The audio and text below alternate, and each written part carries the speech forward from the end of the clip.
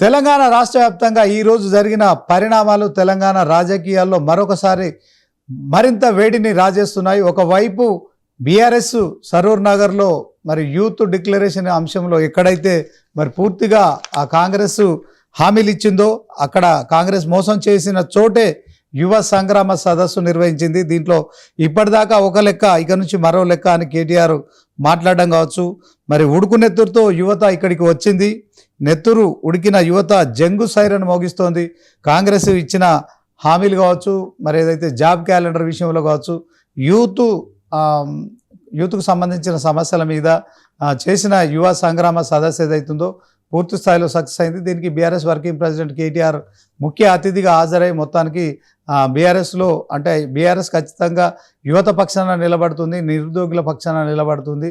Job calendar విషయంలో కావచ్చు, అదే క్రమంలో మరి కాంగ్రెస్ ఇచ్చిన గ్యారెంటీల విషయంలో కొట్లాడుతుందని ఒక పరోక్ష సంకేతం ఇచ్చారు. సో ఇది పూర్తిగా సక్సెస్ కావడంతో కేటీఆర్ వాళ్ళందరూ కూడా కృతజ్ఞతలు చెప్పారు. అదే క్రమంలో ఇక మరి కాంగ్రెస్ అయితే ప్రజాపాలనలో కొలువుల జాతర కార్యక్రమం కొనసాగుతుందని కూడా చెప్పడం కావచ్చు. సో మొత్తానికి బల్మూరి వెంకట్ కూడా ఒక కొత్త నూతన కార్యక్రమం చేపట్టారు. సో బీఆర్ఎస్ యువ సంగ్రామ సదస్సుకు కౌంటర్ కార్యక్రమం చేపట్టారు. సో దాంట్లో మరి ఇక 2.5 ఏళ్ళ కాంగ్రెస్ పాలన ప్రజాపాలన అని చెప్పి బల్మూరి వెంకట్ చేస్తూ చెప్పడం కావచ్చు. సో 70,000 ఉద్యోగాలపై ఎల్బీ స్టేడియంలో చర్చకు సిద్ధమని చెప్పి సంపత్ కుమార్ కాంగ్రెస్ పార్టీకి సంబంధించిన సీనియర్ నాయకులు మాట్లాడడం కావచ్చు. 70,000 మంది ఉద్యోగులను తీసుకొని ఎల్బీ స్టేడియానికి వస్తా, మరి కేటీఆర్ డే టు టైం చెబితే నిరూపిస్తా అని సంపత్ కుమార్ కాంగ్రెస్ నాయకులు మాట్లాడడం. సో దీంట్లో మంత్రి అడ్డూరు లక్ష్మణ్ కూడా కేటీఆర్కు కౌంటర్ వేశారు. సరూర్ నగర్ సభలో పెయిడ్ ఆర్టిస్టులతో మాట్లాడించారని మంత్రి ఆరోపించారు. రేవంత్ పాలన ప్రజాపాలన కాదు, బీఆర్ఎస్ది పేపర్ లీక్ల పాలన అంటూ కేటీఆర్ జిరాక్స్ సెంటర్లలో పేపర్ అమ్ముకున్నారు. 67,700 మంది నిరుద్యోగులకు మేము ఉద్యోగాలు ఇచ్చాం. కేటీఆర్ బీఆర్ఎస్కు ప్రజలు మరొకసారి బుద్ధి చెప్తారని మంత్రి అడ్లూరు కామెంట్ చేయడం కావచ్చు. సో మొత్తానికి బీర్లాయలే కూడా దీనిపైన విమర్శించారు. అయితే ఇక మనం చూసినట్లయితే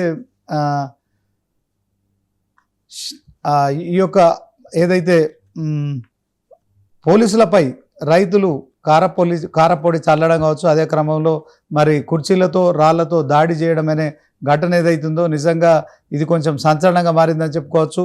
సో ఒకవైపు బుల్లెట్ రైల్ దానికోసం భూసేకరణ చేసేందుకు మరి ఒక గ్రామ సభ జరుగుతున్న నేపథ్యంలో ఆ గ్రామ సభ కొంత రసాబసగా మారింది. సో దాంట్లో రైతులంతా కూడా పోలీసులపై తిరుగుబాటు చేశారు. దాంట్లో కొంత ఉద్రిక్తమైన పరిస్థితులు నెలకొన్నాయి.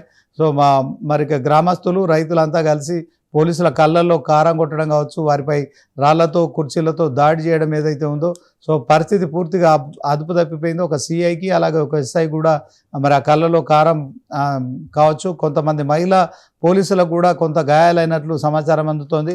సో దీంట్లో ఒకవైపు ఈ అంశంలో రైతులకు బాసటగా బీజేపీ, అదే క్రమంలో బీఆర్ఎస్ కూడా కొంత మరి వాళ్ళకు మద్దతు తెలుపుతున్న నేపథ్యంలో సో గ్రామస్తులు అందరూ కూడా పోలీసులపై దాడి చేసిన అంశాన్ని డీజీపీ సీరియస్గా పరిగణించారు. సో గ్రామస్తులతో పాటు మరి బీజేపీ నాయకులను కార్యకర్తలను కూడా అరెస్ట్ చేసి ఇప్పుడు మొత్తానికైతే కొంత సంచలనమైన అంశంలో ఇది కొనసాగుతోంది.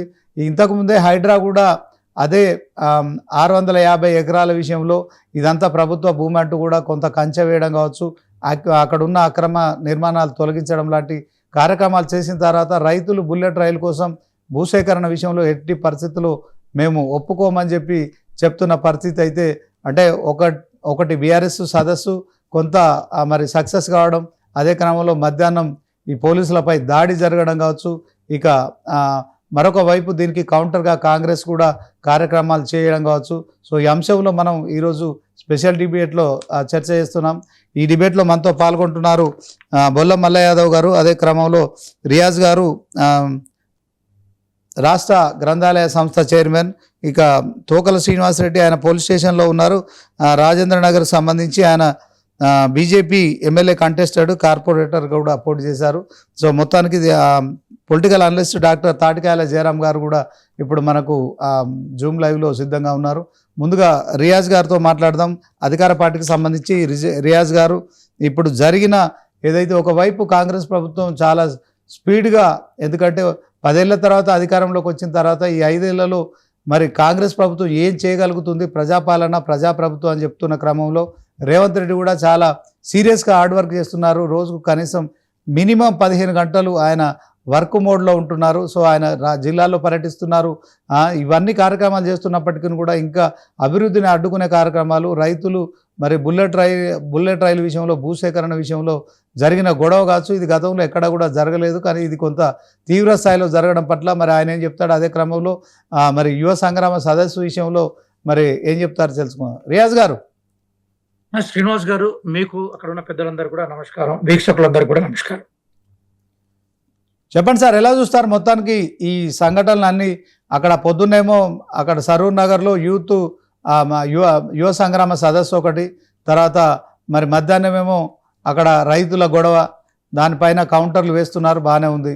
కానీ ఇటు విద్యార్థులకు సంబంధించిన జాబ్ క్యాలెండర్ మీరు ఇవ్వట్లేదు, నిరుద్యోగులకు ఇస్తామని చెప్పిన నిరుద్యోగ భృతి ఇవ్వలేదు. ప్రియాంక గాంధీ గారు ఇదే సరూర్ నగర్లో వచ్చి హామీలు ఇచ్చి వెళ్ళిపోయారు. సో ఖచ్చితంగా మరి మరొకసారి కూడా మేము ఇప్పటిదాకా ఒక లెక్క, ఇక నుంచి మరో లెక్క అని కేటీఆర్ చెప్పడం, మీరేం చెప్తారు? శ్రీనివాస్ గారు, ఈరోజు నిరుద్యోగుల ఒకసారి చూడండి పేరుతో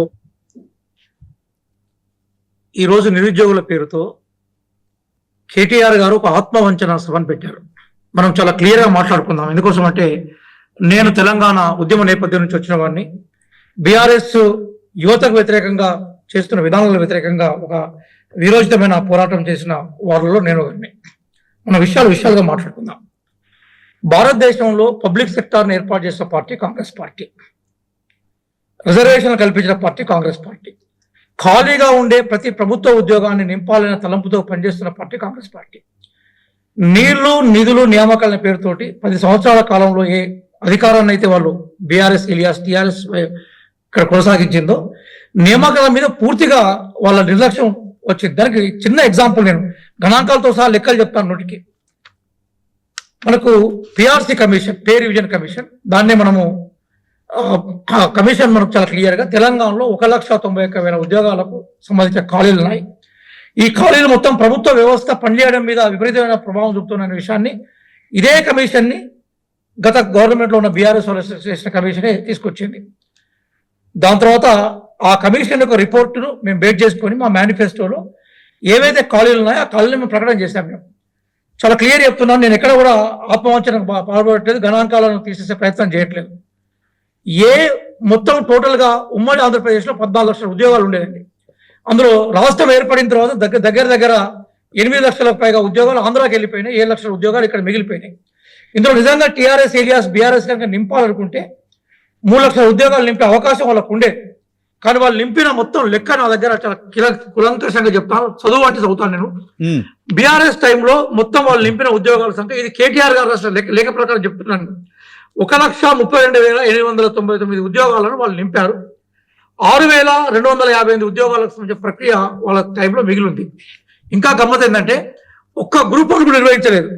ఆ గ్రూప్ 1 సంబంధించిన పేపర్ ఘోరంగా లీక్ అయితే, ఆ లీకేజ్ వ్యతిరేకంగా మాలాంటలం పోరాటం చేస్తే నన్ను తీసుకుపోయి కిడ్నాప్ చేసి ఎక్కడ ఉంచిలో తెలియని పరిస్థితుల్లో నుంచి మేము బయటకు వచ్చిన సందర్భాలను మీకు ఉటంకిస్తున్నాను. గ్రూప్ 2 ఎగ్జామ్ కండక్ట్ చేయలేకపోయారు. డిఎస్సి ఒక్కసారి సుప్రీంకోర్టు చివాట్లు ఇస్తే 8,000 ఉద్యోగాలు వేసిండు. అంటే ఏ ఉద్యోగాల ఖాళీలు అయితే ఉన్నాయో వాళ్ళు నింపడంలో విఫలమైన ఆ వైఫల్యం నుంచి మేము పోరాటం తీసుకొచ్చాం. పోరాటానికి నాయకత్వం వహించిన దాంట్లో అగ్రగామంగా నేను నిలబడ్డాను. అందుకోసం కిడ్నాప్ గురై హింసలకు గురైన వ్యక్తిని నేను, కాబట్టి నేను నిక్కచ్చిగా మాట్లాడుతున్నాను. మేము పవర్లోకి వచ్చేసరికి అంతకుముందు బీఆర్ఎస్ చేసిన కొన్ని నోటిఫికేషన్ ఉండేవి, తప్పులు తడగల నోటిఫికేషన్లు, విపరీతమైన లీగల్ హార్డిల్స్, లీగల్ అబ్జెక్షన్స్, ఒక్కొక్క చిక్కుముడిని తీసుకెళ్లే ప్రయత్నం మేము చేశాం. మొట్టమొదటిసారిగా భారతదేశంలో ఒక ముఖ్యమంత్రి రేవంత్ రెడ్డి గారు మొట్టమొదటి భారతదేశంలో యూపీఎస్సీకి వెళ్ళి అక్కడ విషయాన్ని మొత్తం స్టడీ చేసి యూపీఎస్సీ తరహాలో ఇక్కడ ప్రక్షాళన చేయడం కోసం మొత్తం తెలంగాణ పబ్లిక్ సర్వీస్ కమిషన్ బోర్డునే ప్రక్షాళన చేశాడు. చేసి ఇక్కడ మల్టీమీడియాలకు అవకాశం ఇచ్చాడు. పాత నిపుణులని టీఎస్పీఎస్పీ మెంబర్స్ని, ఇప్పుడు మెంబర్స్ని మీరు ఓపెన్గా చూడండి, వాళ్ళ క్వాలిఫికేషన్లు మనకు క్లియర్ కనబడుతుంటాయి. మేము వచ్చిన తర్వాత పాత నోటిఫికేషన్లకు సంబంధించి చిక్కుముళ్ళలో మొత్తం తీసేసి 2 ఏళ్లలో 67,723 ఉద్యోగ నియామకాలను చేశాం. ఈ ఉద్యోగ నియామకాల పత్రాలు ఎల్బీ స్టేడియంలో ఇచ్చాం, శిల్పారామంలో ఇచ్చాం, పెద్దపల్లిలో మేము ఇచ్చాం, అట్లాగే రవీంద్ర భారతిలో మేము ఇచ్చాం. మనకి సెక్రటేరియట్ పక్కన టెంట్ వేసి మేము ఉద్యోగాలు ఇచ్చాం. ఏ డేట్న ఎన్ని ఉద్యోగాలు ఇచ్చామన్న విషయాన్ని మేము చెప్పాం. ఇప్పటికీ నేను ఛాలెంజ్ చేస్తున్నాను. ఒకవేళ వాళ్ళకి కావాలంటే ఆ క్లిప్స్ అన్ని ఇప్పుడే ఓపెన్ చేసి మీకు చూపెడతాను. 70,000 మంది మా దగ్గర నుంచి ఎవరైతే రిక్రూట్మెంట్ అయినారో వాళ్ళందరినీ మేము ప్రదర్శన చేసిన సిద్ధంగా ఉంది. అయితే బీఆర్ఎస్ ఎలియాస్ టీఆర్ఎస్ ఏదైతుందో ఈ విషయాలను గుర్తించకుండా కాంగ్రెస్ పార్టీ ఒక్క ఉద్యోగం వేయాలని చెప్పడం అనేది అసంబద్ధం. ఏ నోటిఫికేషన్ సంబంధించిన మూలాలు గతంలో ఉన్నాయి, కదలట్లేదు. ఇక చిక్కుముడితో కూడుకున్న అంశాలు అవన్నీ, పేపర్ లీకేజ్తో కూడుకున్న అంశాలు, ఎగ్జామినేషన్ డేట్లను కనీసం ప్రకటించలేని దౌర్భాగ్య స్థితిలో ఉండేది. మేము జాబ్ క్యాలెండర్ను అసెంబ్లీ సాక్షిగా మేము ప్రకటించాం. ప్రకటించిన తర్వాత ఏం జరిగింది అంటే మందకృష్ణ మాదిగ గారి ఉద్యమం దాదాపుగా 2 దశాబ్దాల నుంచి తెలంగాణలో జరుగుతుంది. వర్గీకరణ తీసుకొచ్చాం. ఆ వర్గీకరణ తీసుకురావడంలో జాబ్ క్యాలెండర్ సంబంధించిన ఇష్యూస్ లో మళ్ళీ కొన్ని మార్పులను తీసుకొచ్చే ఓవరాల్ గా చెప్పేది ఏంటంటే నిజాయితీ శంకించకండి. మేము కట్టుబడి ఉన్నాం. భవిష్యత్తులో కూడా ఉద్యోగాల నియామకాల కోసం మా ప్రభుత్వం కృషి చేస్తుంది.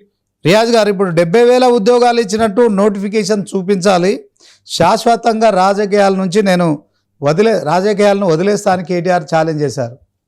నేను కేటీఆర్ గారిని మరొకసారి ఛాలెంజ్ చేస్తున్నాను. మీ హయాంలో 2,40,000 ఉద్యోగాలు అన్నారు కదా, మీరు చూపెట్టండి. మేము ఎవరైనా కూడా రాజకీయాల గురించి మాట్లాడడానికి మేము కూడా మానేస్తాం. అది చర్చ కాదు సార్. చర్చ ఏంటంటే నేను మళ్ళీ చాలా క్లియర్ చెప్తున్నాను. నోటిఫికేషన్ సంబంధించిన మూలాలు గతంలో ఉన్నాయి, కానీ ఆ నోటిఫికేషన్ నుంచి తప్పులు తడకలు, లీగల్ కి సంబంధించిన అబ్స్టాకిల్స్, హార్జిల్స్ ఉన్నాయి. వాటిని చిక్కుముడి తీసా. పబ్లిక్ సర్వీస్ కమిషన్ చైర్మన్ గా తెలంగాణలో పుట్టి జాతీయ స్థాయిలో ర్యాంక్ సంపాదించిన బుర్ర వెంకటేశ్వర గారు తీసుకొచ్చాం. మేము ఒక్కొక్క ఉద్యోగాన్ని నేను చదువుతాను, మీరు వినండి. మేము నింపే గ్రూప్ 1 ఉద్యోగం, గ్రూప్ 2, గ్రూప్ 3, గ్రూప్ 4, అట్లాగే 10,600 కొత్త టీచర్లు, గురుకులాల్లో 8,400 గురుకుల టీచర్స్, 16,067 పోలీస్ నియామకాలు, మెడికల్ హెల్త్ డిపార్ట్మెంట్, అట్లాగే వీరితో పాటుగా రెవెన్యూ విభాగంలో 4,680. ఇవన్నీ నేను నోటికి చెప్పగలుగుతాను, నాకు డాక్యుమెంట్ తో సహా చెప్తున్నాను. Yes, I agree.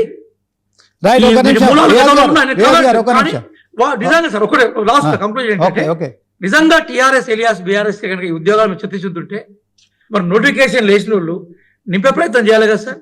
7 మొత్తం ఎలా తీసిన తర్వాత తోక దగ్గర అవుతుందా? వాళ్ళు చిత్తశుద్ధి ఎలక్షన్స్ లో స్ట్రాటజీ చేయగలగా ఇది వేసే ప్రయత్నం చేశాం. ఆచరణలోకి మేము తీసుకొచ్చాం. టన్నుల కొద్ది మాటల కన్నా అనువంత ఆచరణ గొప్పది. ఆ ఆచరణ కాంగ్రెస్ పార్టీకి మేము చేశాం కాబట్టి ఈరోజు గర్వంగా కేటీఆర్ గారికి మేము ఛాలెంజ్ చేస్తున్నాం. కేటీఆర్ గారు ఆ రోజు పబ్లిక్ సర్వీస్ కమిషన్ రిజల్ట్ కూడా ఆయన అనౌన్స్ చేసే ప్రయత్నం చేశాడు. ఆయన ఐటీ శాఖ మంత్రి, మున్సిపల్ శాఖ మంత్రి, పంచాయతీరాజ్ శాఖ మంత్రి. అసలు ఈ ఉద్యోగాల నియామకాలతో ఆయన సంబంధమే లేదు. నా ర్యాంకు అని చెప్పి ప్రకటన చేశాడు. అంటే టీఎస్పీఎస్పీ విధుల మీద ఆయన జోక్యం చేసుకునే ప్రయత్నం రాజ్యాంగానికి విరుద్ధమైనది. అటానమస్ పార్టీ ముఖ్యమంత్రి గారు ఎప్పుడు ఆ ప్రయత్నం చేయలేదు. టీఎస్పీఎస్పీ మాకు అప్పచెప్పిన తర్వాత, రిజల్ట్ ఇచ్చిన తర్వాత సర్టిఫికేట్లు ఇచ్చి ఉద్యోగ ప్రకటన చేసే క్రమంలో మేము ఉన్నాం. మా పార్టీ ప్రభుత్వ ఉద్యోగాలు కల్పించే party sir, public sector support చేసే పార్టీ. ఇక్కడ ఈ రోజు ఆయన ఆత్మహత్యల సభ పెట్టుకుని రకరకాల డైలాగ్స్ పెట్టుకున్నాడు. వాటి మీద మళ్ళీ మనం మాట్లాడుకునే ప్రయత్నం చేద్దాం. ఓకే, థ్యాంక్ యూ రియాజ్ గారు. బుల్లమల్ల యాదవ్ గారు, మీరు మాజీ ఎమ్మెల్యేగా ఈ అంశంపై మీరేం చెప్తారు? బీఆర్ఎస్ ప్రభుత్వ హయాంలో మీరు మినిమం 3 లక్షల ఉద్యోగాలు ఇవ్వాల్సి ఉండే, కానీ కేవలం 1,35,000 ఉద్యోగాలు మాత్రమే ఇచ్చారు. 599, 135,599 పూర్తిగా లెక్కలు కూడా చెప్తున్నారు రియాజ్ గారు. మరి మీరు మరొకసారి కూడా యువతను మోసం చేసే కార్యక్రమం చేస్తున్నారు, యువతను రెచ్చగొడుతున్నారు. పెయిడ్ ఆర్టిస్టులతో మీరు ఇవాళ సరూర్ నగర్లో యువ సంగ్రామ సదస్సు నిర్వహించారు. సో మీకు అర్హత లేదు. సో మీదంతా పేపర్ లీకుల పాలన, జిరాక్స్ సెంటర్లో మీరు పేపర్లు అమ్ముకున్నారు అని చెప్పి మీరు మేము 67,700 మందికి నిరుద్యోగులకు ఉద్యోగాలు ఇచ్చామని చెప్పి అడ్డూరు లక్ష్మణ్ మంత్రిగా మాట్లాడడం కావచ్చు. రియాజ్ గారు కూడా ప్రతి పేపర్ ఆయన చూపెడుతున్నారు. సో దీంట్లో మీరేం చెప్తారు? నిజంగానే ప్రభుత్వ పరిధిలో ఒక చర్చా వేదిక పెడతారా, లేకపోతే ఒక వేదికను పెట్టి చర్చకు పిలుస్తారా? చర్చకు పిలిస్తే అక్కడ కూడా కెమెరాల సాక్షిగా మాట్లాడదాం, ఏమి ఇబ్బంది లేదు. ఈ రోజు కాంగ్రెస్ అధికారంలోకి వచ్చిన 2 సంవత్సరాల కాలంగా రిక్రూట్మెంట్ అయిందని చెప్పేసి తెచ్చుకొని మా గొప్పలని చెప్పుకుంటున్న నియామక పత్రాలు ఏవైతే ఉన్నాయో అవన్నీ కూడా మేము రిక్రూట్ చేసిన వాటికి నియామక పత్రాలు, సభలు, సమావేశాలు పెట్టి ప్రశంసా పత్రాలు మాత్రం ఇచ్చారు.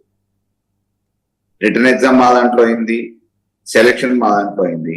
అప్పుడు మేము ఆర్డర్స్ ఇవ్వలేకపోవచ్చు, వాటన్నిటిని ఈ రోజు ఆర్డర్ పాస్. ఈ రోజు వీళ్ళు ఏదో చేద్దామని చెప్పేసి అనుకుంటే ఏబిసిడి కేటగరైజేషన్ మందకృష్ణ మాదిగ గారు తీసుకొచ్చింది, అడ్డం వచ్చింది అని చెప్పి చెప్తా ఉన్నాం. మా నాయకుడు కేటీఆర్ గారు మాట్లాడితే సరూనార్లో వీరికి ఇబ్బంది కలుగుతుంది, కానీ అశ్వనాథ్ చౌరస్తాలపై ఎవరిని కదిలించినా కానీ కోచింగ్ సెంటర్లు మాక్సిమం అక్కడ ఉన్నాయి కదా, ఎవరిని కదిలించినా కేటీఆర్ గారు అంటే కూడా ఇంకా పరుష పదజాలంతో మాట్లాడటానికి సిద్ధంగా ఉన్నారు, మాట్లాడుతున్నారు సోషల్ మీడియాలో. రైతులు యూరియా కోసం అడిగితే పెయిడ్ ఆర్టిస్టులు అంటారు, ఇవాళ నిరుద్యోగులు ఉద్యోగాల గురించి అడిగితే పెయిడ్ ఆర్టిస్టులు అంటారు. అంటే కాంగ్రెస్ ప్రభుత్వానికి వారు చేస్తున్న విధానాలకి వ్యతిరేకంగా ఎవరు మాట్లాడితే వాళ్ళు పెయిడ్ ఆర్టిస్టులు అవుతారు. మీరే కదా అదే వేదికగా సర్వనార్ వేదికగా నిరుద్యోగులకు హామీ ఇచ్చారు, మీ హామీలు నమ్మి మాటలు నమ్మి మోసపోయారు. ఆ మోసపోయిన నిరుద్యోగ యువత ఈ రోజు మొత్తుకుంటుంది. ఉస్మానియా యూనివర్సిటీలో, అశోక్నగర్ చౌరస్తాలో, అనేక ప్రాంతాలలో ఎవరిని అడిగినా కానీ నిరుద్యోగుల్ని ఏ రకంగా మోసం చేసినావు అనేది రేవంత్ రెడ్డి గారి మీద నిప్పులు జరుగుతాం. మేమేదో కేటీఆర్ గారు అందరు పక్షాన మాట్లాడిండు, నిరుద్యోగుల పక్షాన ఈ రోజు జరిగిన అన్యాయం ఏ వేదిక అయితే పెట్టిరో, ఏ భరోసా అయితే ఇచ్చిరో, జాబ్ క్యాలెండర్ అని కూడా అన్నారు కదా మీరు. ఏం జాబ్ క్యాలెండర్? మీరు అన్న దగ్గర అనౌన్స్ అయిన కాడి నుంచి, మీరు ప్రకటించిన దగ్గర నుంచి రిక్రూట్ అయింది ఎక్కడ, రిక్రూట్ చేసింది ఎక్కడ? కేవలం అభూత కల్పనలతోనే అధికారంలోకి రావటానికి ఇష్టారీతిగా హామీలు ఇచ్చి ఈ రోజు చేయటానికి సాధ్యపడట్లేదని అనేక సాకుల కోసం వెతుకుతున్నారు. మీరు నిజాన్ని ఒప్పుకోవాలి కదా. మన ఇద్దరం ఏదో ఈయన ఫైటింగ్ చేసినంత మాత్రాన మీరు ఇదంటే నేను ఇదంటే అని కాదు, ఆధారాలు ఉన్నాయి. చదువుకున్న విద్యార్థులే కదా వాళ్ళు మాట్లాడేది, నిరుద్యోగులందరూ కూడా ఆధారాలతో సహా మాట్లాడుతున్నారు. నిజంగా రియాజ్ అన్న చెప్పినట్టు ఒకవేళ చర్చ పెట్టమనండి, ప్రభుత్వం నుంచి అధికారికంగా ఆ శాఖకు సంబంధించిన వాళ్ళని మొత్తం అన్ని ఆధారాలను తీసుకొని రమ్మని చెప్పండి. సపోర్ట్ చేయడానికి అన్నకు కూడా అనుభవం ఉంది కాబట్టి వారు కూడా పక్కన ఉంటారు. మేము కూడా పార్టీ నుంచి మా ప్రతినిధులు వస్తారు, లేదంటే కేటీఆర్ గారే స్వయంగా వస్తారు. చర్చ పెడదాం, ఆధారాలన్నీ రుజువు చేద్దాం. రియాజ్ గారు దాని రాజీనామా కట్టుబడి ఉంటారా, రాజకీయాల నుంచి తప్పుకుంటారా అనేది మీరు చెప్పండి. ఇవాళ వేదిక మించి అన్న మాట మీద కట్టుబడి ఉండేటట్టు మేము సిద్ధంగా ఉన్నాం. కేటీఆర్ గారిని మేము రియాజ్ గారు మేము ఇవాళ రాజకీయాలు ప్రధానం కాదు. ఈ తెలంగాణ ఆగమైపోతుంది. ఎవరు రోడ్ల మీదకి వస్తే ఆర్టిస్టులుగా చిత్రీకరిస్తున్నారు మీరు. వాళ్ళు రైతులే కాదని అంటారు, వీళ్ళు విద్యార్థులే కాదంటారు, వాళ్ళు నిరుద్యోగులే కాదని అంటారు. అంటే మీ దృష్టిలో మీ మీద వ్యతిరేకంగా మాట్లాడే ప్రతి ఒక్కళ్ళని ఏదో రకమైన ముద్ర ఇస్తారంటే ఎట్లా? కాంగ్రెస్ హయాంలోనే కదా గతంలో తెలంగాణ యువతలందరూ కూడా నక్సలైట్లకు మార్చారు. అడవులకు పోయే కాడికి జలసొక్కా వేసుకుంటే జీర్ణించుకోలేక పోలీస్ స్టేషన్లలో కొడితే మరో మార్గంలోకి అడవులో పోయి తుపాకులు పట్టుకున్నారు. తుపాకులు మోతుతుంటే తెలంగాణ ఆగమైంది కదా.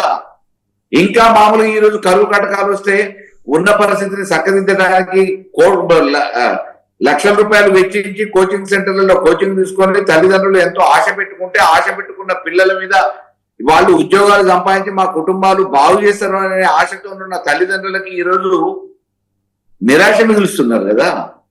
వాటి పక్షాన మాట్లాడక ఏం చేస్తాం? మేము డెఫినెట్ గా మాట్లాడతాం, ఉన్న విషయాన్ని చెప్తాం. మీరు జీర్ణించుకోలేకపోతే మేము చేయగలిగేది ఏం లేదు. చర్చ కేవలం డిబేట్లనే కాదు, ఇవాళ వేదిక మీద నుంచే కాదు, మీరు ఎక్కడ పెట్టినా కానీ అధికారికంగా ఆ చర్చలో ఇవన్నీ కూడా ఈ రోజు కేటీఆర్ గారు వేదిక నుంచి ఏవైతే మాట్లాడారో వాటన్నిటినీ మేము రుజువు చేయడానికి సిద్ధంగా ఉన్నాం. Right, thank you.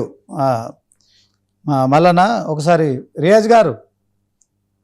మూల శ్రీనివాస్ గారు, మొత్తం యువతకి ప్రభుత్వ ఉద్యోగాలను సంపూర్ణంగా ఇవ్వడం అనేది ఏ ప్రభుత్వంలో కూడా సాధ్యం కాదు. అదే సందర్భంలో ప్రభుత్వ ఉద్యోగాలతో పాటుగా ఉపాధి అవకాశాలను పెంచే ప్రయత్నాన్ని ప్రభుత్వాలు చేయాలి. ఆ నేపథ్యంలోనే కాంగ్రెస్ పార్టీ ఖాళీగా ఉండే ప్రతి ప్రభుత్వ ఉద్యోగాన్ని గుర్తించే ప్రయత్నం చేసి డిపార్ట్మెంట్ నుంచి లిస్ట్ తీసుకొని ఆ ప్రభుత్వ ఉద్యోగాలకు సంబంధించి నోటిఫికేషన్ ఇస్తుంది. అక్కడితో మేము ఆగలేదు సార్, స్కిల్ యూనివర్సిటీ తీసుకొచ్చాం. ఈరోజు ముఖ్యమంత్రి గారు స్వయంగా చెప్తున్నారు, ఏమంటున్నారంటే బ్లూ కాలర్ జాబ్స్ కి బాగా డిమాండ్ ఉంది, బ్లూ కాలర్ క్వాలిఫికేషన్ తో ఉన్న వాళ్ళు, ఆ స్కిల్స్ తో ఉన్న వాళ్ళు లేరు. ఇక్కడ వైట్ కాలర్ దాదాపు 20 సంవత్సరాల నుంచి వైట్ కాలర్ వైపు మొత్తం కోర్సులు అన్ని తీసుకుపోయారు. మేము యువతకు ప్రధానంగా ఉపాధి కల్పించే ప్రయత్నంలో ఏవైతే అవసరమో వాటిని మేము తీసుకొచ్చే ప్రయత్నం చేస్తాం. కాబట్టి ముఖ్యమంత్రి గారు మీరు జర్మనీ భాష నేర్చుకుంటే, ఇంగ్లీష్ భాష నేర్చుకుంటే అవకాశాలు ఎక్కువ వస్తాయని చెప్పారు. దాన్ని కూడా ఎకచ్చంగా, దాన్ని కూడా ఎగతాళిగా చేసి మాట్లాడడం అనేది మరి కేటీఆర్ గారికి సాధ్యం, ఇంకెవరికి సాధ్యం కాదు. రియాజ్ గారు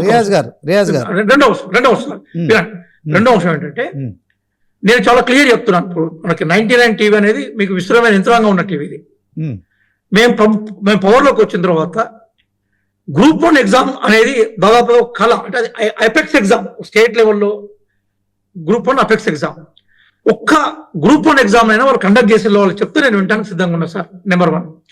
నెంబర్ 2 ఏంటంటే, మేము గ్రూప్ 1 ఎగ్జామ్ కండక్ట్ చేసిన దాంట్లో చిన్న మచ్చనైనా చూపెట్టినా కూడా మేము రాజకీయాలు మాట్లాడడం మానేస్తామని చెప్తున్నాను. Group 2 case agri, group 2 notification వాళ్ళ టైంలో వచ్చింది. కానీ రిక్రూట్మెంట్ లో ఏమాత్రం లోపాలు లేకుండా చేసిన ఘనత మాదే కదా సార్. అసలు వాళ్ళ టైం వాళ్ళు పవర్ నుంచి పోయారు సార్. గ్రూప్ 4, గ్రూప్ 3 మీద వాళ్ళకి క్లారిటీ లేదు. దాని క్లారిటీ తీసుకొచ్చే ప్రయత్నాన్ని మేము చేస్తాం సార్. ఉద్యమాలు మేము చేస్తాం. నా ఈ పలిగింది ఆ రోజు దిల్సుఖ్ నగర్ లో లాఠీ చార్జ్ చేస్తే ఆషామాషి గారు కూర్చొని మాట్లాడతారే మేము. ఎందుకు చెప్తున్నా అంటే, అశోక్ నగర్ లో ప్రవళిక ఆత్మహత్య చేసుకుంటే లవ్ అఫేర్ తో కంపేర్ చేశాడు ఇదే కేటీఆర్ గారు. ఒక అమ్మాయి, మా నర్సంపేట అమ్మాయి, వరంగల్ జిల్లా అమ్మాయి. నేను స్వయంగా అంత్యక్రియలకు హాజరైన వ్యక్తిని నేను. ఎందుకు చెప్తున్నాను ఈ విషయాన్ని అంటే సార్, ప్రభుత్వం ఇప్పుడు మొత్తం ప్రపంచవ్యాప్తంగా ఉద్యోగాలకు సంబంధించిన ఇష్యూస్ మీద పెద్ద చర్చ జరుగుతున్నా సార్. ఈ రోజు ఢిల్లీలో చెప్తున్నా బీఆర్ఎస్ ఫెయిల్ అయింది సార్. బీఆర్ఎస్ ఫెయిల్ అయింది కాబట్టి మేము పాస్ కావడానికి మేము ప్రయత్నం చేసాం. ఒక విషయం చెప్తాను సార్, ఈ రోజు కేటీఆర్ గారు ఒక అద్భుతమైన కామెంట్ చేశారు. ఏం చేశారంటే, మళ్ళీ వారి పట్ల మాకు వ్యక్తిగత గౌరవం ఉంటుంది, ఆయన మాలాంటి సామాజిక వర్గాల నుంచి బయటకు వచ్చిన వారు ఏమన్నారంటే, ఈ రోజు కొత్త క్రెడిట్ కార్డు పట్టుకొని జేబులు వేసుకొని రేవంత్ రెడ్డి గారు తిరుగుతున్నారు. ఈ నోటిఫికేషన్ మేము వేస్తే ఆ క్రెడిట్ కార్డు రేవంత్ రెడ్డి గారు జేబులు వేసుకొని తిరుగుతారని చెప్తున్నారు. నేను కేటీఆర్ గారిని అడుగుతున్నా, మీ రోజు డెబిట్ కార్డుగా మారిపోయింది సార్. మీ కుటుంబం నుంచి త్యాగాలు చేసిన వాళ్ళు ఎవరు లేరు, కానీ ఆ త్యాగాలను మీరు జేబులు వేసుకున్నారు. మీ దగ్గర కేసులో పాలన ఎవరు లేరు. కాకతీయ రెస్పాన్సిబిలిటీ మా పిల్లలు త్యాగాలు చేస్తే దాన్ని జేబులు వేసుకొని మీరు తిరుగుతున్నారు. మా ఉద్యమకారులు, మా పాటలు పాడే వాళ్ళందరూ త్యాగాలు చేస్తే ఆ పాటలు మీరు జేబులు వేసుకొని తిరుగుతున్నారు. మేము క్రెడిట్ కార్డు అంటే ప్రజలకు సేవ చేసిన క్రెడిట్ మేము తీసుకునే ప్రయత్నం చేస్తున్నాం. మీరు ఇతరులు చేసిన సేవలను డెబిట్ కార్డు లాగా ఖర్చు పెట్టి మీరు అధికారంలోకి వచ్చి 10 సంవత్సరాలు వచ్చారు. నిజంగా చెప్తున్నాను సార్. వాళ్ళని ఇప్పుడు ఇదే కేటీఆర్ గారు మీకు ఇంటర్వ్యూ ఓపెన్ చేసి చూపెడతాను. ఆయన ఏమన్నారంటే, ఒక టీవీలో ఇంటర్వ్యూ చేస్తూ, మేము కొంత తప్పులు చేశాం. ఉదాహరణకి గ్రూప్ 1 పేపర్ లీక్ అయింది. లీక్ అయిన వెంటనే బోర్డును మేము మార్చాల్సి ఉండే, మార్చలేదు. మా తప్పిదమైన ఆయనే ప్రకటించుకున్నారు. ఎక్కడైతే వాళ్ళ లోపాలనే, ఆ లోపాలను రాజకీయ పార్టీగా మేము ఖచ్చితంగా ప్రజల్లో తీసుకుపోయినా మేము గెలిచాం. కానీ కన్ఫెన్సెస్ లేదు. నేను అనేది ఏంటంటే సార్, ఇప్పటికీ టీఆర్ఎస్ ఏరియాస్ బీఆర్ఎస్ లో గౌరవ కేటీఆర్ గారు కానీ, గౌరవ మల్లన్న కానీ కన్ఫెన్సెస్ అంటే పశ్చాత్తాపం లేదు. మేము గతంలో తప్పు చేస్తాం కాబట్టి ఓడిపోయినాం, మేము భవిష్యత్తులో చేసే ప్రయత్నం చేస్తాం అనట్లేదు. మేము ఏం చేయాలని ప్రచారం చేస్తున్నారు. ఆ ప్రచారమే వాళ్ళు దెబ్బతీస్తుంది. కన్ఫెన్సెస్ ప్రకటించండి. గతంలో నిరుద్యోగుల ఆత్మహత్యలకు మేమే కారణం, మా విధానాలే కారణం, పేపర్ లీక్ మేమే కారణం, భవిష్యత్తులో మాకు అధికారం ఏంటి, ఎంతకన్నా మంచిగా చేస్తామనే ప్రయత్నం చేయండి. మీరు ప్రజలు హర్షిస్తారు. అది కాకుండా మేము ఏం చేయలేదని చెప్పే ప్రక్రియ ఏదైతుందో దాన్ని మేము వ్యతిరేకిస్తున్నాం సార్. మాది క్రెడిట్ కార్డు ఒప్పుకుంటాను, వాళ్ళది మాత్రం డెబిట్ కార్డు ఒప్పుకోవాల్సిన పరిస్థితి ఉంది. తాటికాల జయరాం గారు, ఒక డాక్టర్ మీరు, మరి చాలా జేఏసీలో మీరు ఉద్యమాల్లో పాల్గొన్నారు. ఇటు బీఆర్ఎస్ చెప్తున్నది మనం ఆ వాదన నమ్ముదామా, తర్వాత కాంగ్రెస్ వాదన నమ్ముదామా? వాస్తవానికి ఉద్యోగాల విషయంలో మీరేం చెప్తారు? మీకు ప్యానెల్లో ఉన్న మిత్రులకు 99 న్యూస్ ప్రేక్షకులకు నమస్కారాలు. ఇక్కడ రాజకీయ పార్టీలు, ఎందుకంటే మాది క్రెడిట్ తీసుకోవటం లోపల, అంటే మేము ఓవరాల్ గా మా పాలన చాలా గొప్పగా ఉంది, మా పాలన ఇంకా గొప్పగా ఉంది అని చెప్తూ ఉంటారు. పాలన గొప్పగా ఉంటే ప్రజలు ఎందుకు పేదలు అవుతున్నారు అనేది ఒక ప్రశ్న. ఒకవేళ కనుక మీ పాలనలోనే కనుక చాలా గొప్పగా ఉంటే ఇప్పటి వరకు 70 to 80% యంగ్ యూత్ ఆల్కహాల్ కు ఇతర వాటికి అడిక్షన్ లోకి పోవడానికి గల కారణాలు ఎవరు? ఆ పాపం ఎవరికి? ఈ రోజు అన్ఎంప్లాయ్మెంట్ పేరు మీద ఈరోజు ఇతర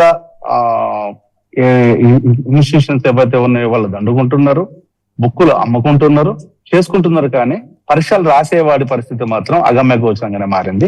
దానికి ఎవరు దిక్కు? ఇప్పటి వరకు జరుగుతున్న ఈ ఎన్ని అంశాల లోపల, అంటే ఒకవైపు ఎడ్యుకేషన్ కావచ్చు, ఎంప్లాయ్మెంట్ కావచ్చు, మెడికల్ సిస్టమ్ కావచ్చు, టోటల్ ఫెయిల్యూర్ గల కారణాలు ఎవరు?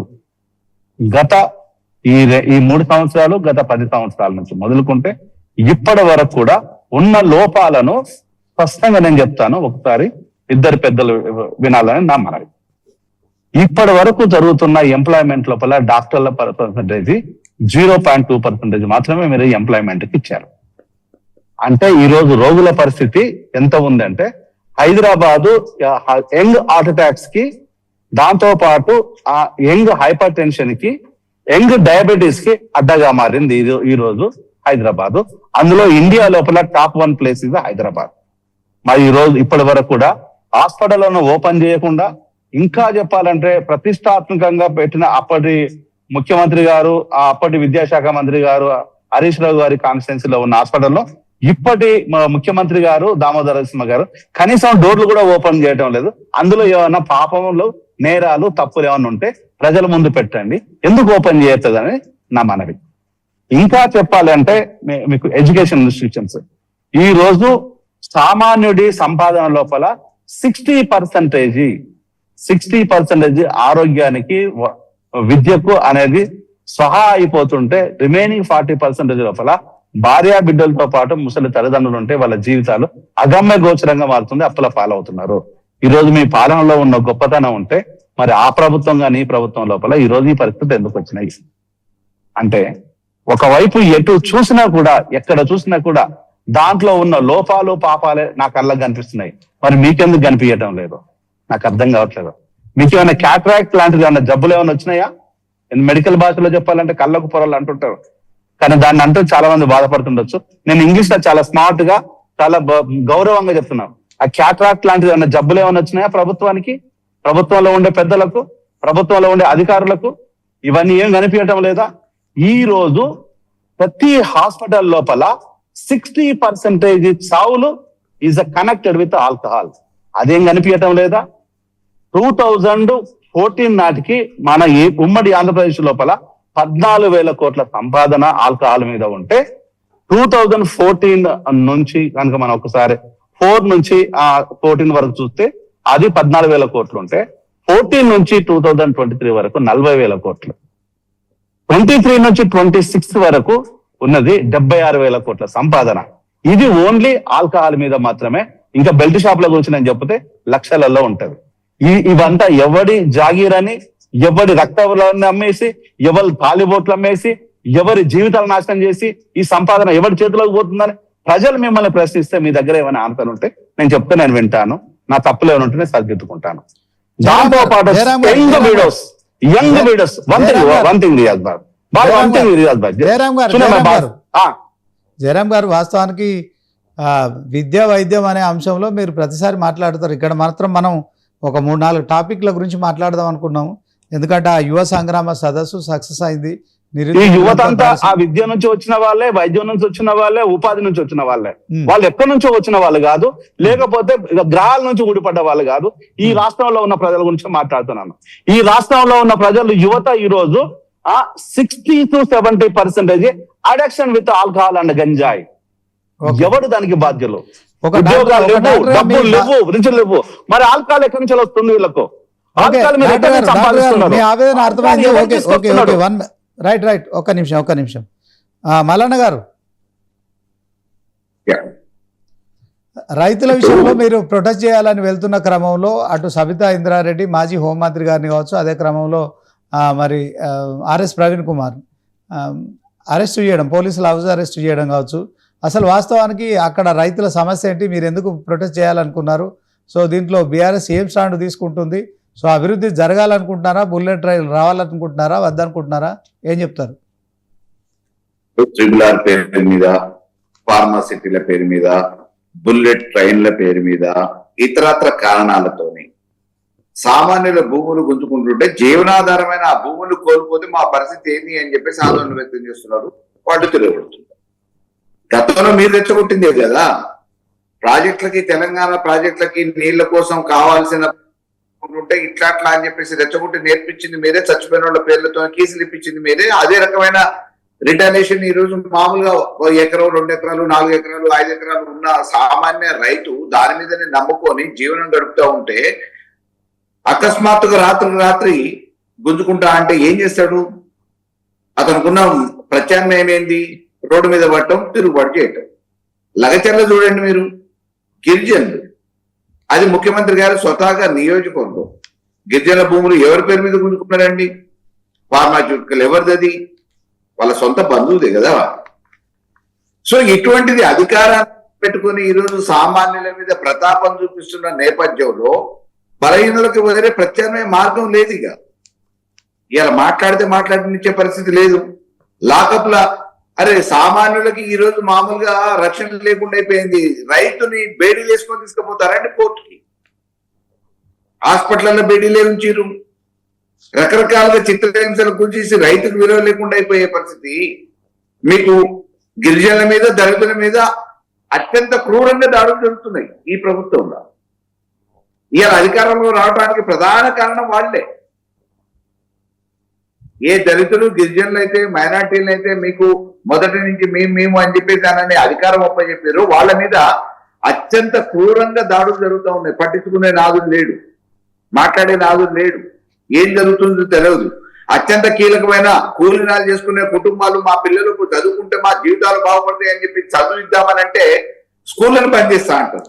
Okay Mallanna garu, okay okay ఒక్క నిమిషం. తోకల శ్రీనివాస్ రెడ్డి గారు, ఆయన బీజేపీ రాజేంద్ర నగర్ ఆ ఎమ్మెల్యే ఆస్పిరెంట్, ఆయన ఒకసారి ఫోన్ లైన్ లో ఉన్నారు, ఆయనతో మాట్లాడదాం. శ్రీనివాస్ రెడ్డి గారు నమస్కారం అండి. సార్ ఏం జరిగింది అక్కడ? ఎందుకు ప్రొటెస్ట్ చేసిర్రు? మీరు అరెస్టుకు కాబడ్డారు. ఏం జరిగింది అక్కడ? ఆ గ్రామస్తులను, రైతులను మీరు అక్కడ దగ్గరుండి రెచ్చగొడుతున్నారా? రాష్ట్రంలో శాంతి భద్రతలు మరి పూర్తిగా దాని విషయంలో మీరు అదుపు తప్పేలా చేస్తున్నారా? ఎందుకని వాళ్ళకు నచ్చజెప్పాలి? ఆ ఏరియా నుంచి బుల్లెట్ ట్రైన్ వెళ్తే మరి అభివృద్ధి చెందుతుంది. రాష్ట్ర ప్రభుత్వం ఏమో మరి అభివృద్ధి కార్యక్రమాలు చేపడుతుంటే మీరు ప్రతిపక్షంలో ఉండి ప్రజలకు మోటివేట్ చేయాలి. రైతులకు కానీ కాంపెన్సేషన్ విషయంలో కావచ్చు, వీటన్నిటి విషయంలో మరి కొంత ఈ అటు ప్రజలకు కావచ్చు, ఇటు ప్రభుత్వానికి అనుసంధానంగా ఉండాల్సిన వాళ్ళు ఎందుకు ఇంత ఉద్రిక్త పరిస్థితులు నెలకొన్నాయి? అక్కడ ఏం జరిగింది చెప్పండి. వాస్తవానికి మీరు వాస్తవాలు తెలుసుకోవాల్సిన విషయం ఏంటంటే, వాస్తవానికి అక్కడ బాదుర్గూడెం అనే గ్రామం ఏదో శంషాబాద్ మండలంలో ఉందో దాదాపు 40-50 సంవత్సరాల నుంచి కూడా ఆ ఒక గ్రామంలో సుమారు 650 ఎకరాలు కాదు, మొత్తం 1300 ఎకరాల విస్తీర్ణం ఉన్న ఈ యొక్క గ్రామంలో పట్టా పాస్బుక్లు రాకుండా సుమారుగా 50 సంవత్సరాల నుంచి గ్రామస్తులు పోరాడుతూ ఉన్నారు.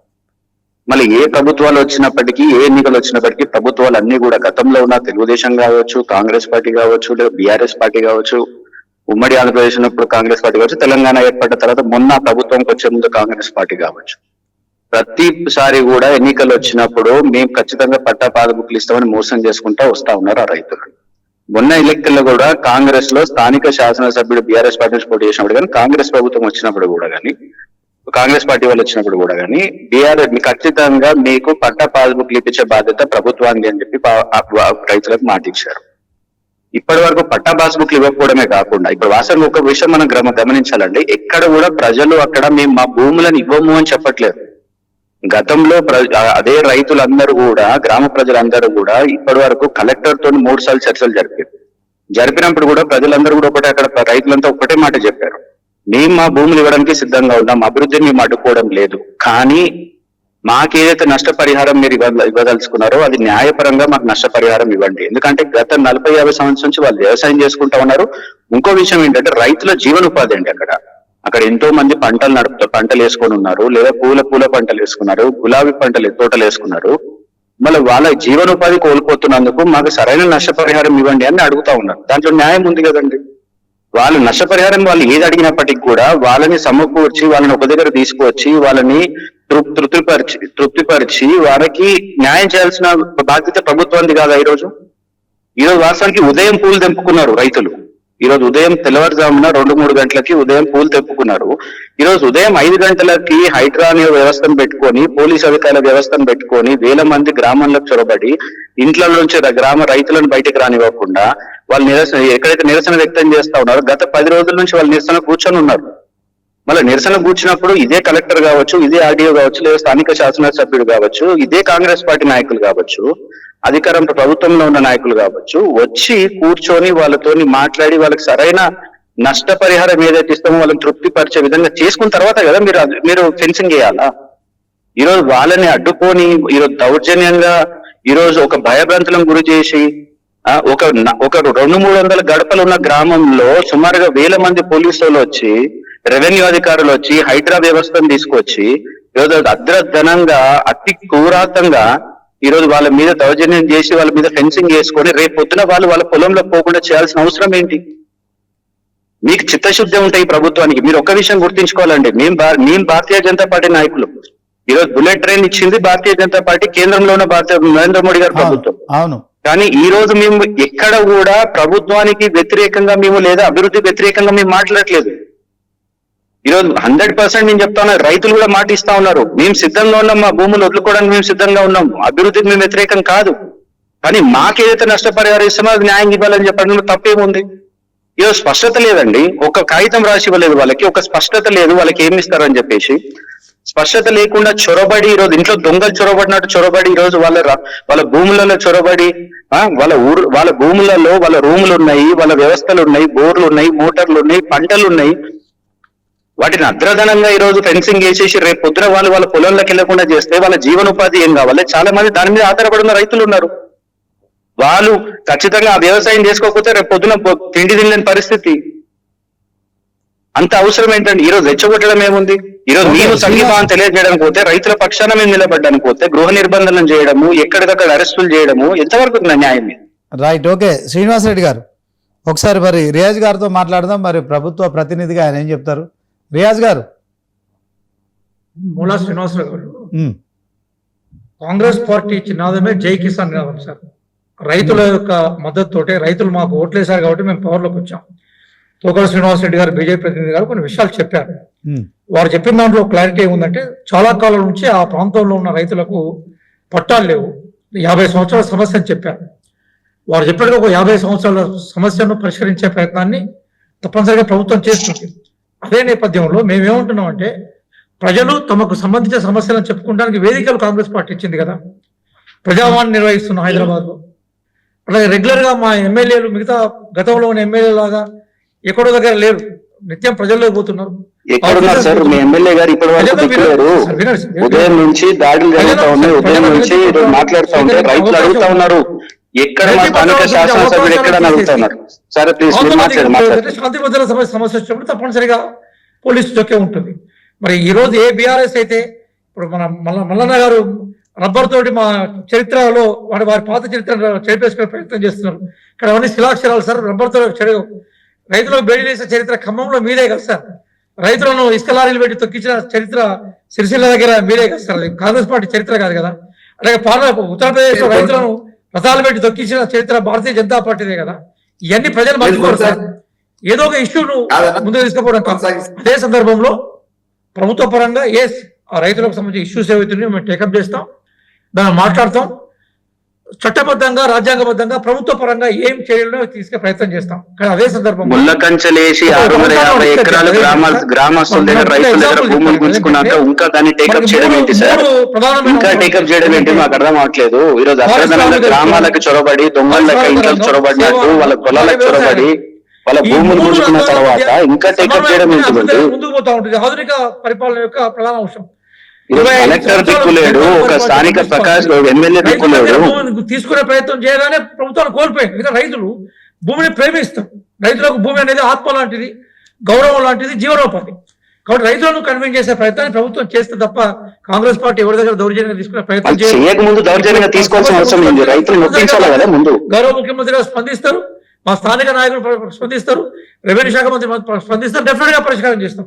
కానీ దాన్ని రాజకీయ లబ్ధి కోసం ఉపయోగించుకొని చక్కగా సమరస్యంగా జరుగుతున్న పరిపాలనను భంగం చేయాలని ప్రయత్నం చేయడం అయితే సరైనది కాదు.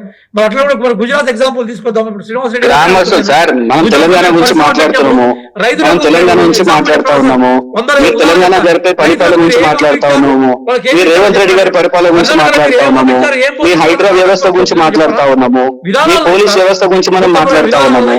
మనం ఇక్కడ మాట్లాడకుండా ఏ గుజరాత్ లో జరిగిందో, కశ్మీర్ లో జరిగిందో మనం మాట్లాడాల్సిన అవసరం లేదు. నేను అడిగేది ఏ విషయము, ఈ రోజు మీరు ఒక మాట చెప్తా ఉన్నారు, విల్ టేకప్ ద ఇష్యూ అంటున్నారు. This is not the way will take up the issue. నేను రిక్వెస్టింగ్ యూ, మీరు ఒక విషయం ఏంటంటే, మీ కలెక్టర్ గానీ మీ శాసనసభ్యుడు గానీ ఇక్కడ రావాలి, వచ్చి మాట్లాడాలి. ఈరోజు మీరు చూస్తా ఉన్నారు రైతులు ఎంత ఆగ్రహంతో వ్యక్తం అవుతాయి, ఎంత వ్యక్తం చేస్తామో చూస్తా ఉన్నారు. ఈరోజు ఎన్ని దాడులు జరుగుతున్నాయో మీరు చూస్తా ఉన్నారు.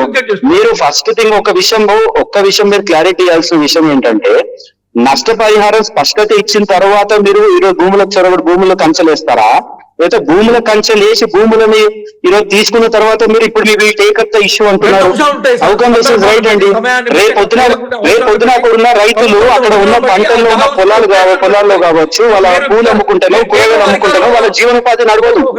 రేపు ఎవరు వాళ్ళకి తిండి పెట్టేది? రేపు ఎవరు వాళ్ళని ఆదుకోవాల్సిన విషయం మీరు చెప్పట్లేదు. ఇప్పుడు మీరు గతంలో బీఆర్ఎస్ అధికారం ఉంది, ఇప్పుడు కేంద్రంలో మీరు ఉన్నారు సార్.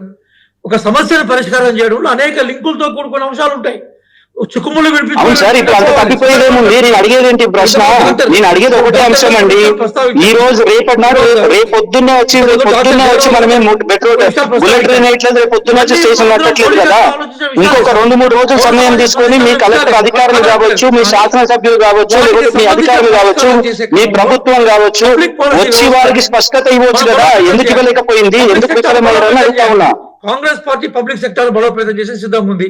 పబ్లిక్ సెక్టర్ వీక్ చేసే ప్రభుత్వం భారతీయ జనతా పార్టీ కదా. మనం రైతుల గురించి మాట్లాడుతా ఉన్నాము. ఈరోజు జరిగిన అంశం గురించి మీరు సమాధానం చెప్పండి. ఈరోజు బాదుగూడెంలో, శంషాబాద్ మండలంలో బాదుగూడెంలో జరిగిన అంశం గురించి మీరు మాట్లాడితే బాగుంటుంది. మనం దేశ రాజకీయాల గురించి మాట్లాడుకుందాం. ఇది దేశ రాజకీయాల గురించి మాట్లాడే వ్యవస్థ వేదిక కాదు. ఈ రోజు జరిగిన అంశం గురించి మనం మాట్లాడుకోవాల్సిన అవసరం ఉంది. కాంగ్రెస్ పరిపాలనలో హైదరాబాద్ వ్యవస్థను పెట్టుకొని ఎంతమంది పేద ప్రజల భూముల మీద గుంజుకుంటా ఉన్నారు. అచ్చా, ఇంకో ముఖ్యమైన అంశము మీరు వినాల్సిన విషయం సార్, ఇది ఒక్క విషయం దయచేసి ఒక్క విషయం మీరు వినాల్సిన అంశం నేను కోరుతా ఉన్నా. ఈరోజు హైదరాబాద్ సోషల్ మీడియాలో ఏం చెప్తుందండి? 33,000 కోట్ల ప్రభుత్వ ఆస్తిని కాపాడిన హైడ్రా అంట. ఏంటండి, రైతుల దగ్గర గుంజుకున్నా 40-50 సంవత్సరాల నుంచి రైతులు జీవనాధారం చేసుకుని బతుకుతున్న ఏదైతే భూములు ఉన్నాయో వాటిని మీరు గుంజుకొని 33,000 కోట్ల రూపాయల ఆస్తులు కాపాడిన హైడ్రా చేసుకుంటారా? వ్యతిరేకించట్లేదు, డెఫినెట్ గా పరిష్కరిస్తామనే బాధ్యత. రైట్. ఒక నిమిషం రియాజ్ గారు, హైడ్రా పేరుతో మీరు ఇప్పటికే సరే దాంట్లో 1,00,000 కోట్ల విలువైన భూములు మీరు దాంట్లో అక్రమాల నుంచి కాపాడిరా, వాట్ ఎవర్ ఇట్ మే. కానీ ఇప్పుడు ఈ కమర్షియల్ కావచ్చు, తర్వాత ఈ హైదరాబాద్ గ్రేటర్ లోపల ఉన్న భూములు మీరు చేసినప్పుడు కొంత వ్యతిరేకత వచ్చింది. కానీ ఇప్పుడు మరింత అంటే రైతుల భూములకు దగ్గర కూడా హైడ్రా అవుతుంది. సో ఇప్పటికే రైతులు చాలా నిరాశ నిస్పృహలతో ఉన్నారు. మీరు రైతు భరోసా విషయంలో కావచ్చు, అదే క్రమంలో రైతు రుణమాఫీ విషయంలో కావచ్చు. సో ఇవన్నీ వాటి మధ్య ఈ కొత్త పంచాయతీ మీరు పెట్టుకోవడం వల్ల మీరు కొంత రైతుల్లో వ్యతిరేకత వస్తుంది కదా. శ్రీనివాస్ సార్, మొన్ననే కదా సార్ 9 రోజులు రోజుకు 1,000 కోట్ల రూపాయలు చెప్పిన 9,000 కోట్ల రూపాయలు ఇచ్చింది మేమే కదా సార్. రైతుల రుణమాఫీ కోసం 22,000 కోట్లకు పైగా ఇచ్చింది మేమే కదా సార్. ఇప్పుడు ఎట్లా ఉంటుందంటే వ్యవహారం, ఇప్పుడు ఉదాహరణకి రైతు రుణమాఫీ ఉందనుకోండి సార్. ఇంట్లో ఎవరైనా ప్రభుత్వ ఉద్యోగం, భార్య భర్తలు ఎవరైనా ప్రభుత్వ ఉద్యోగం ఉంటే రైతుల రుణమాఫీ అనేది వాళ్ళకి చెల్లదు. దాన్ని మనం ఆహ్వానిద్దామా, వ్యతిరేకిద్దామా?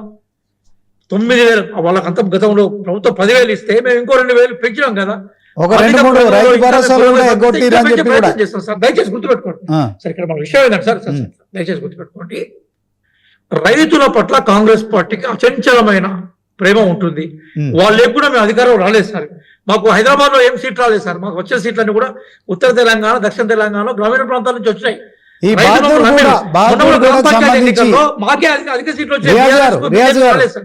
బహదూర్గూడ నుంచి ఈ రైతుల సమస్యను కాంగ్రెస్ ప్రభుత్వం పరిష్కరిస్తుందా? తప్పనిసరిగా సార్, తప్పనిసరిగా పరిష్కరిస్తుంది. మీరు చూడండి సార్, ముఖ్యమంత్రి గారు మీరు మొట్టమొదటిసారి కితాబు ఇచ్చారు. శ్రీనివాస్ రెడ్డి గారు అందరికి అందుబాటులో ఉంటున్నారు. కాంగ్రెస్ ప్రభుత్వం ఈ రోజు అందశ్రీ గారి జయంతి, తెలంగాణలో మనం గౌరవించే వ్యక్తి, దాని నుంచి డైవర్ట్ చేయడం కోసమే ఈ రోజు కేటీఆర్ గారు ఆడ సభ పెట్టారు. అందశ్రీ జ్ఞాపకాలను తెలంగాణ ప్రజలు మమేకం చేయడం కోసం మాత్రమే ఈ రోజు అక్కడ సభ పెట్టారు. మళ్ళీ చెప్తున్నాను సార్, తెలంగాణ త్యాగదంలో యొక్క కంటిన్యూ చేసే క్రమంలో మేము ముందుకు పోతాం సార్. మేము ఒక్క నిమిషం మల్లన్న గారు, వ్యవసాయానికి నీళ్లు అడుగుతుంటే అడుగుతున్న వాళ్ళ తరపున, రైతుల తరపున జర్నలిస్టులు ముఖ్యమంత్రి గారిని మరి ప్రత్యామ్నాయ మార్గాలని ఈ రాష్ట్రానికి, రైతాంగానికి, ఈ కాలానికి, ఈ సీజన్ కి నీళ్లు ఇవ్వటం అని చెప్పి అని అడిగితే రక్తం జల్లుని పంటలు పండుతాయి అని చెప్పి చెప్తున్నాడు ఒక ముఖ్యమంత్రి గారండి. మరిగా రైతుల గురించి ఎంత శ్రద్ధ ఉన్నట్టు, ఎంత బాధ్యత ఉన్నట్టు, చివరి గింజ వరకు ధాన్యం కొంటా అని చెప్పి చెప్పారు వీళ్ళే. మొన్ననేమో కేంద్రం ఎంత కొంటే అంతనే కొంటా అని అన్నారు. కళ్ళలో పూసుకున్నోడు పాపం గుండెలు చచ్చిపోయారు. శంకరయ్య అని ఒక రైతు మీడియాలో వచ్చింది. అది నా సొంత కల్పితం కాదు, మా కట్టుకథలు కావు. రైతులకు యూరియా కోసం ఏం చేసిరో చూసినాం, ధాన్యం కొనుగోలు గురించి ఏం చేసిరో చూసినాం, నీళ్ళ కష్టాలు చూస్తున్నాం. మీరు అధికారంలో రావడానికంటే ముందు ఇవన్నీ గుర్తురాలే. అధికారంలోకి వచ్చిన తర్వాత ఆయనకు ఉద్యోగం ఉందని ఇతరత్ర కారణాలు చెప్తా ఉన్నారు. రైతు బంధు గురించి ఏమన్నారండి? కౌలు రైతులకు కూడా ఇస్తాం, 3 పంటలకు ఇస్తామని అన్నారు. కౌలు రైతులకు ఎట్లా ఇస్తారని పాపం ఒక జర్నలిస్ట్ అమాయకంగా అడిగింది. కౌలు రైతులకు కౌలుకి ఇస్తాం, అసలు వాళ్ళకి అసలుకి ఇస్తాం, పట్టాదారులకు ఇస్తాం, ఇద్దరికి ఇస్తామని చెప్పి చెప్పాడు. ఇద్దరు కూడా మొండి చేయే కదా, 3 కార్లు పోయినాయి కదా ఇప్పటికీ. 5 కార్లకి 2 కార్లు ఇచ్చేది, 3 కార్లకే కొట్టేది. రుణమాఫీ ఈ దేశంలో, రాష్ట్రంలో, జిల్లాలలో, గ్రామాలలో ఉన్న అందరి దేవుళ్ళ మీద, దేవతల మీద కొట్టేసి ఏం చేసిరు? 60% రుణమాఫీ కాలే. రైతులు చెప్తారు. ఇప్పుడు ఎవరైనా రైతు లైన్లో ఉండి తీసుకోండి. మేమేమో ఇవన్నీ అబద్ధాలు చెప్తున్నది కాదు, కల్పితాలు కావు. రైతులు ఏదైతే చర్చించుకుంటున్నారో ఆ విషయాన్ని ఇప్పటికైనా ప్రభుత్వం కనువిప్పు కలగాలని ప్రభుత్వం దృష్టికి తీసుకురావడానికి మాట్లాడుతుంది. మాకేముంది? మీరు అధికారంలో రావడానికంటే ముందు ఇవన్నీ ఏమీ లేదు. మీరు అధికారంలో రావటమే ప్రధానమైన ఉద్దేశంగా అన్ని రకాల హామీలు ఇచ్చి అధికారంలోకి వచ్చినాక లంకెల బిందెలు ఉన్నాయనుకున్నారు, లేవు, లంకెల బిందెలు దొరకలేదు కాబట్టి నేనేం చేయలేకపోతున్నా. ఢిల్లీకి పోతే మమ్మల్ని దొంగ లెక్క చూస్తున్నారు, చెప్పలేకపోయేటోళ్ళ లెక్క చూస్తున్నారు అని చెప్పేసి ఉద్యోగస్తులు చెప్పింది. స్కాలర్షిప్లు ఇయ్యే బాబు, చదువుకునే బడుగు బలైన వర్గాల వాళ్ళకి స్కాలర్షిప్లు ఇవ్వకపోతే ఇన్ని రోజులు మీ మీద మెయింటైన్ చేసినాం. కళాశాలలు నడిపించే పరిస్థితి లేదు, బంద్ అయ్యే పరిస్థితి వచ్చింది, మాతోనే అవ్వట్లేదు, నువ్వు ఎంతో కొంత ఇయ్య అంటే వాళ్ళని బెదిరిస్తుంది. వైద్యం చేసుకునే ఆరోగ్యశ్రీకి మామూలుగా బకాయిలు పడ్డోళ్ళు హాస్పిటల్ పోయి అడిగితే వాళ్ళని బెదిరిస్తే చేస్తారు, లేకపోతే లేదనుకుంటే ఇలా పోతే ఆరోగ్యశ్రీ గురించి సేవలు బంద్ అయిపోయాయి. మీరు ఎక్కడండి? ఇక విద్య బాయ, వ్యవసాయం బాయ, వైద్యం బాయ, ప్రధాన రంగాలు ఏవైతే జీవనానికి సంబంధించిన ఉన్నాయో, సామాన్యులకు సంబంధించిన రైతాంగానికి సంబంధించిన విద్య, వైద్యం, వ్యవసాయం ఈ 3 కుంటు పడిపోయాయి. ఇంకా వ్యాపారానికి కూడా చూస్తే ఆధారపడ్డ రియల్ ఎస్టేట్ రంగాన్ని కుప్పకూలుస్తుంది. ఏ నెలకు ఆ నెల రియల్ ఎస్టేట్ రంగం మీద వచ్చే ఆదాయం ఏంది? ఆఖరికి మీరు పెంచింది ఏంది? ఇంతకుముందు డాక్టర్ సాబ్ చెప్పినట్టు ఎక్సైజ్ ఆదాయాన్ని పెంచింది. మందు తాగుర్రా బాబు, మీ ఇష్టం ఎంతనా తాగు, దానివల్ల ఆరోగ్యం ఖరాబ్ కానీ, మందులు చచ్చిపోయి, కుటుంబాలు కానీ, పుస్తలు కానీ, ఏమైనా కానీ మాకు మాత్రం ఆదాయం వస్తుంది రాలని చెప్పేసి ఆదాయాన్ని పెంచడానికి అధికారులకు ప్రమోషన్లు ఇస్తున్నారు, అవార్డులు ఇస్తున్నారు. ఇది మీరు చేస్తున్న ఆదాయం, ఇది మీరు రాష్ట్రంలో సాధించిన ప్రగతి. వ్యవసాయ రంగం గాలిపోయింది, వైద్య రంగం గాలిపోయింది, విద్యా రంగం గాలిపోయింది. ఎక్సైజ్ రంగం మాత్రం 3 పూలు 6 కాయలుగా కాపిస్తున్నారు. దాని మీద ఉన్న శ్రద్ధ వీటన్నిటి మీద కూడా పెడితే బాగుంటది కదా. నీళ్ళు ఏమంటారు? నెత్తురు యానికి తీసుకొచ్చి ఇస్తారు, నెత్తురుతో పండే సాంప్రదాయం దేశంలో ఏడా లేదుగా. కాబట్టి మీరు ఏదో ఇంకా మభ్యపెట్టే ప్రయత్నం, ఇంకా పక్కదో పట్టించే ప్రయత్నం చేస్తే ప్రజలు నమ్మరండి. శ్రీనివాస్ గారు, ఒక్క అంశం సార్. సరే, మల్లన్న గారు విలువైన విషయాలు చెప్పారు. రియాజ్ గారు, తెలంగాణలో ఒక నిమిషం ఆగండి. ఒక్క నిమిషం సార్, ఒక్కటే అంశం సార్. మాట్లాడిన తర్వాత తాగడానికి ఒక్కటే అంశం సార్. తాగడానికి ఎవరు బ్రాండ్ అంబాసిడర్ పిల్లవాడు కూడా ఎవరు బ్రాండ్ అంబాసిడర్ చెప్తారు. ఇక నేను పేరు చెప్తే పెద్దలను అవమానించడం అవుతుంది, నేను చెప్పాలనుకోవట్లేదు. చూస్తున్న వీక్షకులందరూ తెలుసు. ఒక్క అంశం సార్.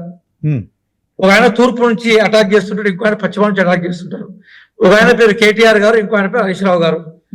వాళ్ళిద్దరు తూర్పు నుంచి ఒక ఆయన, పశ్చిమ నుంచి ఒక ఆయన, ఇద్దరు ముఖ్యమంత్రి గారు అంటున్నప్పుడు ఆయన ముఖ్యమంత్రి గారు వాళ్ళిద్దరిని ఉద్దేశించి చెప్పిన మాటల్ని మా గౌరవ మాజీ శాసనసభ్యులు మల్లన్న గారు రైతులకు ఆపాదించడం అనేది అది బాధాకరం.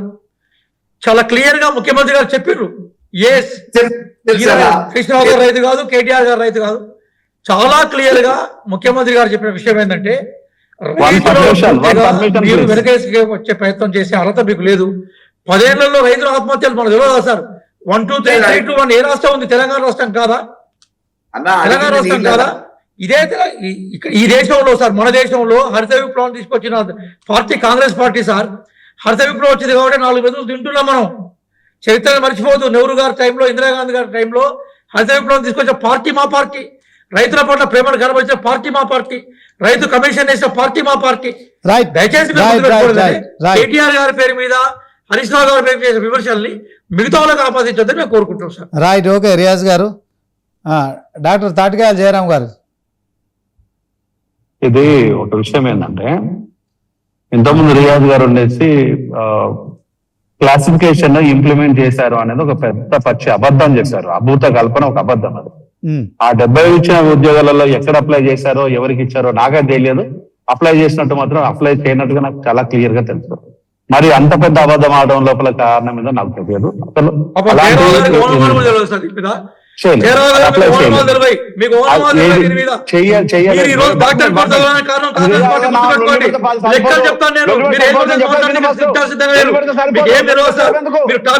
జీవితంలో లెక్కలు చెప్తున్నాను.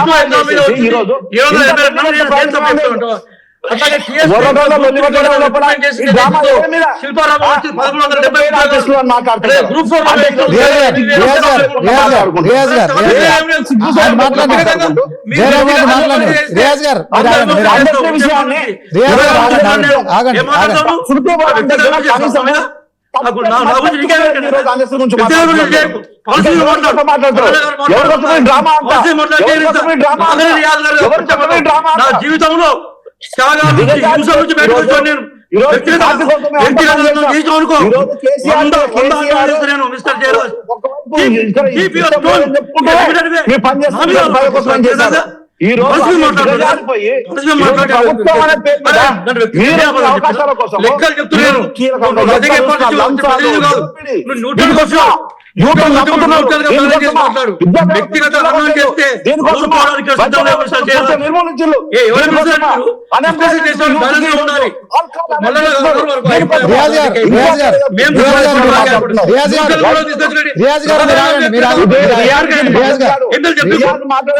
చేస్తే ఈ దేశంలో పబ్లిక్ సెక్టర్ తీసుకొచ్చింది, ఈ దేశంలో కాంగ్రెస్ పార్టీ మాట్లాడుతున్నాడు ఈరోజు.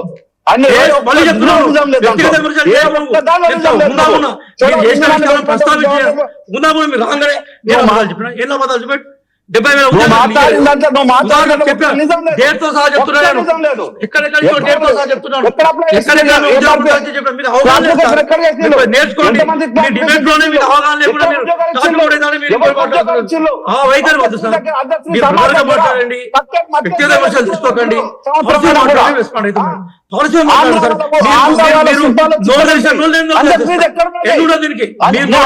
మాట్లాడు సార్. ఇంకా ఉద్యోగాలు చెప్పండి. వ్యక్తిగతంగా ఆర్చించారు ప్రజలు మేముగా మేము వర్షించాం.